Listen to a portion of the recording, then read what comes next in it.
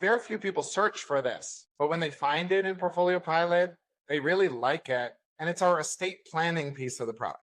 I mean, as part of the onboarding, as part of like, if you start using it more and more, like we will ask about whether you have dependents or not. You have small kids, teenagers, depending on your net worth, depending on which state you live or which country you live, we'll come up with basically a yearly checklist of estate planning items and remind you, like, you have 2 kids, you should be thinking about guardianship for your children, or like once in a while, you should be refreshing the beneficiaries of all of your accounts. That changes. Or if you buy a house, suddenly there's a whole bunch of additional work thinking about, an executor or your trust. Did you know there's a big difference between a living will and a lost will and testament? It's some of these things that we just don't think about, but it's useful that, in your life, you have a guide to remind you of these things once in a while. Both initially to set it up, but also,